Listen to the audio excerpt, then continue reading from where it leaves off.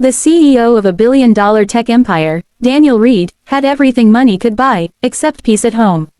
His wife had passed away 3 years ago, leaving him a single father to 6-year-old twins, Emma and Ethan.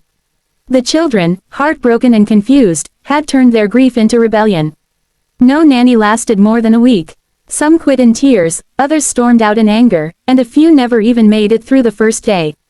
Their defiance had become legend in Daniel's mansion, and despite his power in the boardroom, he was helpless in his own home. One rainy Monday morning, as another nanny fled the house with tear-streaked cheeks, Daniel sighed in frustration. He was about to make a desperate call to an agency when a quiet voice interrupted. "Sir," came a soft, hesitant tone, "maybe I could try."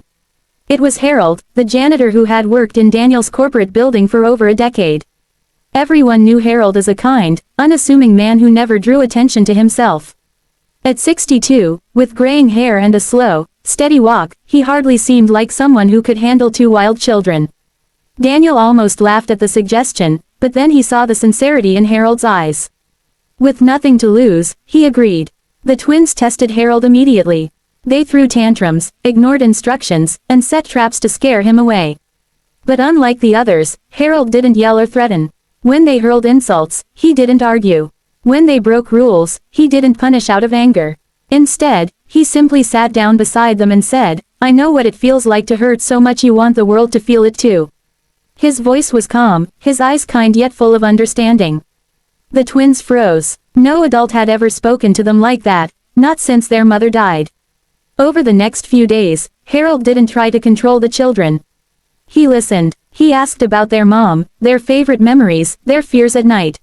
He brought old storybooks from his attic and read to them with warmth that reminded them of someone they missed dearly.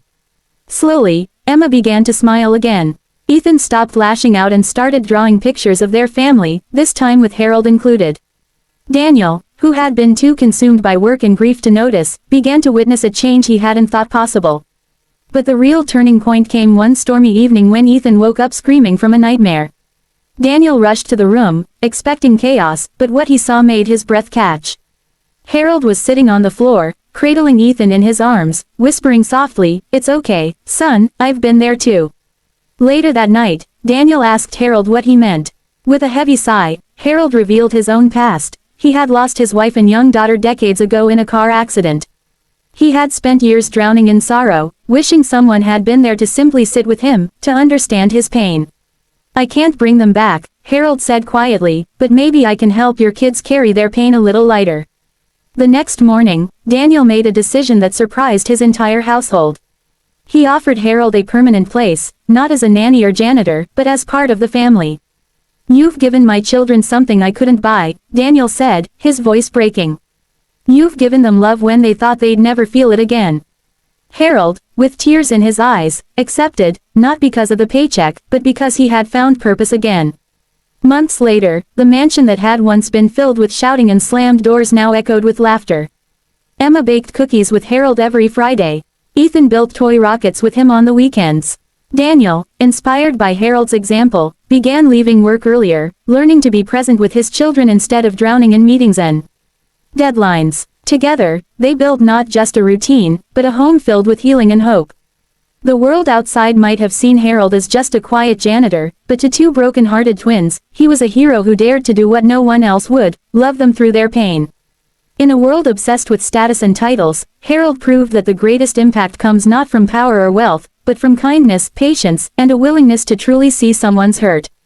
And in that house, where grief once cast its darkest shadow, a simple truth shone brighter than ever. Sometimes, the right person doesn't just take a job, they change a life forever.